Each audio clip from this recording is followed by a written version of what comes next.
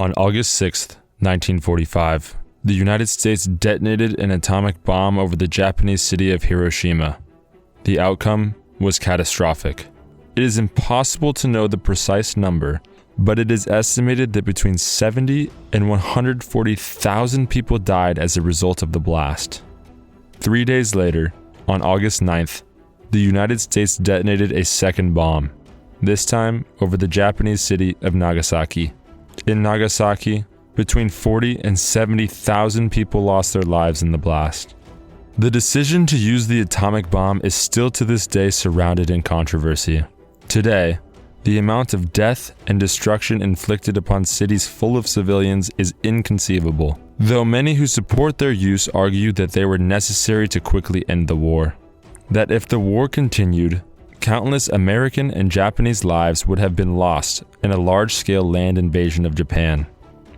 But what if I told you that the atomic bombs were likely unnecessary, and that by many accounts, including the United States Strategic Bombing Survey, Japan would have surrendered before the end of the year without them? This is because in the months prior to the atomic bombings, Japan was devastated by a strategic bombing campaign responsible for an unimaginable amount of destruction and loss of civilian life. The campaign's defining moment is often cited as the single most destructive act of war in human history. More destructive than an atomic bomb, this is the story of the firebombing of Tokyo and the firebombing campaign that followed it. The date is October 12, 1944. The first B-29 superfortress has touched down on the island of Saipan, piloted by Hansel Haywood.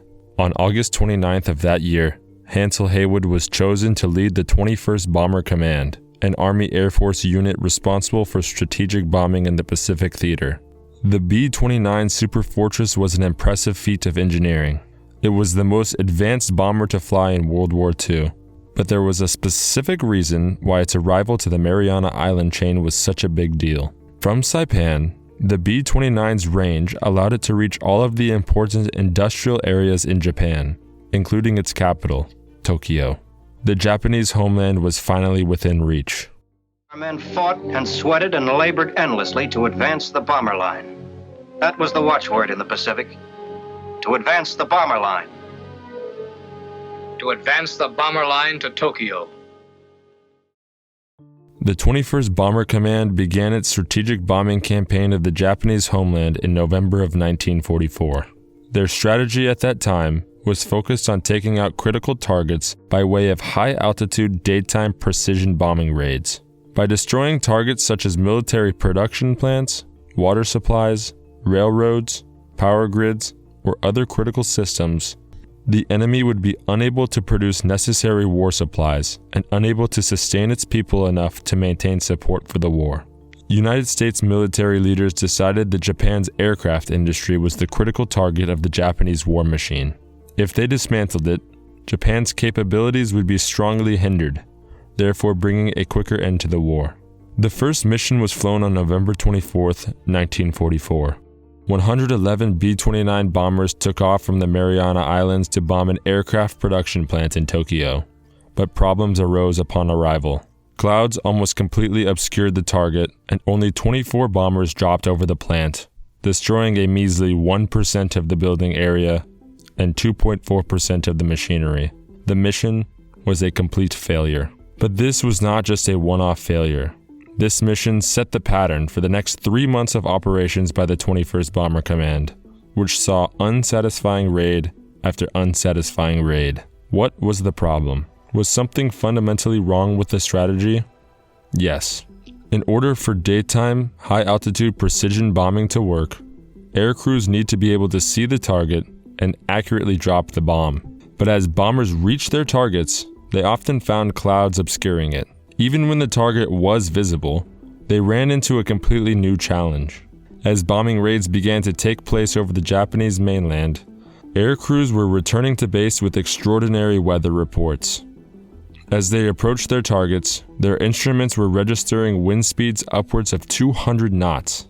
These wind speeds were unheard of at the time. So, were the instruments just faulty? No. The B-29 air crews had discovered the jet stream. and bombing in these conditions was nearly impossible. With wind speeds this high, neither the impressive Norden bomb site nor its bombardiers could function properly. The jet stream was an issue that the 21st Bomber Command had no answer for. After months of unsuccessful raids, Hansel Haywood was replaced by Curtis LeMay on January 20th, 1945. Curtis LeMay was hard-nosed and tough. He was also willing to depart from previous tactics in order to achieve results. But for the first few missions flown under his command, he stuck to the same ineffective precision bombing tactics, and by early March of 1945, the 21st Bomber Command had come to a crisis. The crisis would be solved by a radical change in bombardment tactics that would end the primary use of daytime, high-altitude precision bombing in the Pacific. There had been a popular belief in the United States military that Japanese cities would be highly susceptible to incendiary bombing attacks. Many of Japan's urban areas at the time were densely populated, and buildings were predominantly constructed using wood and paper. Military and industrial targets were surrounded by these crowded residential sections, and much of the manufacturing process actually took place within the homes of the workers. So, in 1943, the military built a mock Japanese city at Dugway Proving Ground in the Utah desert. They tested the effectiveness of several types of incendiary bombs on the mock city. They found the M69 incendiary bomb, which used napalm as its filler, to be the most effective. It created uncontrollable fires that burned the wooden city to the ground and provided evidence that firebombs could be effective against Japan. Fed up with the repeated failures of the precision bombing campaign, General Henry Hap Arnold and his headquarters became progressively more interested in an all-out incendiary campaign. And on February 25, 1945, Curtis LeMay and the 21st Bomber Command finally conducted a conclusive test of the firebomb. Targeting an urban area of Tokyo, 172 B-29 Superforts destroyed over 27,000 buildings across 1 square mile. With a decisive test of the firebomb, and with an increased force of B-29 bombers on hand, a maximum strike was imminent. It was clear that future objectives would involve incendiary area bombing, but the jet stream was still a problem, and the spring months would bring continued cloud cover to Japan. Because of this, Curtis LeMay decided to take a gamble and depart completely from previous tactics. The B-29s, initially designed for bombing at an altitude of 30,000 feet, would instead bomb between 5,000 and 9,000 feet, in the middle of the night. The reasoning behind this change was the belief that Japan lacked low-level flak capabilities, and enemy fighters would have a hard time intercepting the bombers in the pitch-black darkness. LeMay was betting that these factors would protect the B-29s from heavy losses. After intense planning and preparation, an all-out firebombing raid on Tokyo, codenamed Operation Meetinghouse, was set to take place. March 9th, 1945, at 5:34 p.m., 334 B-29 superfortresses took off from air bases in Guam, Saipan, and Tinian. At 12:15 a.m. on March 10th, the first planes reached their target. Hell on earth would ensue. 279 bombers dropped over 1,600 tons of incendiary bombs, including 500,000 cylinders of white phosphorus and napalm. The destruction was unimaginable. The dry, windy conditions allowed the fire to spread rapidly. Tokyo's firefighters abandoned hope at fanning the flames. The citizens tried jumping into pools or the nearby river, but there was no safety from the heat that reached over 1,800 degrees. The loss of life was so great that the smell of burning flesh that wafted up sickened the bomber pilots, and they were forced to grab oxygen masks to keep from vomiting. The raid lasted slightly longer than 3 hours. Tail gunners could see the glow of the fire for 150 miles on the return trip. It is impossible to accurately calculate the true number of casualties, but estimates suggest that between 80 and 130,000 people were killed in the firestorm in a single night. One doctor at the scene recorded, "In the Black Sumida River, countless bodies were floating. Clothed bodies, naked bodies, all black as charcoal. It was unreal." 16 square miles of the Tokyo suburb were destroyed, including over 267,000 buildings. Over 1 million Japanese citizens were rendered homeless. Tokyo burned for days after the attack. But this was not a one-and-done raid. Roused by the success of Operation Meetinghouse, LeMay and U.S. leaders were quick to exploit the new tactics.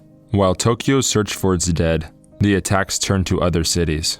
Over the next 10 days, B-29 nighttime firebombing missions laid waste to 3 more of Japan's largest cities, burning out an additional 16 square miles of Nagoya, Osaka, and Kobe. The firebombing of Tokyo had not been a fluke, and Japan had no answer for the attacks. From March of 1945 until June 15th, Japan's 6 largest and most important industrial cities had been ruined by nighttime firebombing raids. Between the 6 cities of Tokyo, Nagoya, Kobe, Osaka, Yokohama, and Kawasaki, an estimated 41% of the total urban area had been destroyed. In these cities alone, casualty lists ran well into 6 figures, and millions had lost their homes. But the firebombing raids did not end with the largest cities. On June 16, 1945, one day after the last incendiary attack on a major Japanese city, LeMay and the 21st Bomber Command shifted focus to smaller cities. Over the next 2 months, dozens of small to medium-sized Japanese cities were firebombed by American B-29s. In the small cities, the raids were just as destructive. On average, across 61 small to medium-sized cities, the raids destroyed 49% of the total urban area. It was only after a majority of Japan's cities had already been destroyed that the atomic bombs were detonated and the war ended. The aftermath of the United States firebombing campaign against Japan was staggering. Overall, roughly 180 square miles across 67 cities were reduced to rubble and ash. Somewhere between 200 and 300,000 Japanese civilians lost their lives, and an additional 200 to 300,000 were injured. Over 8 million people were left homeless. The death toll from the firebombing of Tokyo is greater than that from the Nagasaki bombing, and comparable to the Hiroshima bombing. Although these numbers are important, the focus on casualty statistics undermines the true sufferings of the Japanese citizens, and the dislocation of the millions forced to flee the bombed towns and cities. Due to the controversy and implication of the atomic bomb, we rarely hear about the firebombing of Tokyo and the firebombing raids that followed it. The use of atomic weapons certainly put a quick end to the war, but the devastating incendiary attacks had pushed Japan to its limits. In December of 1944, before LeMay's firebombing campaign, just 10% of the Japanese population believed that Japan would eventually lose the war. But just before the surrender, after months of devastation, that number had risen to 68%. Over half of those believing in eventual defeat attributed the principal cause to air attacks, other than the atomic bombing attacks.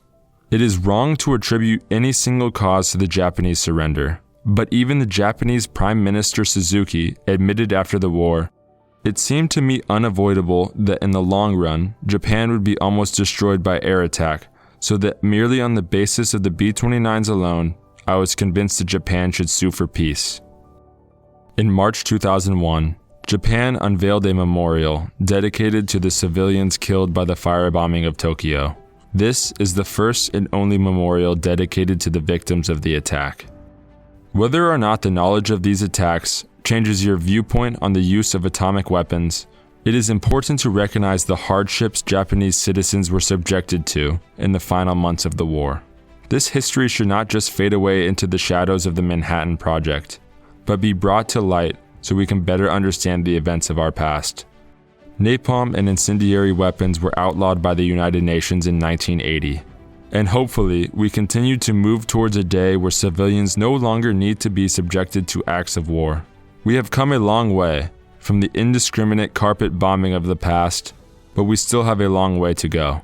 In the end, we must remind ourselves what we are capable of, evaluate our histories, and use them to make our world a better place today. Thanks for watching.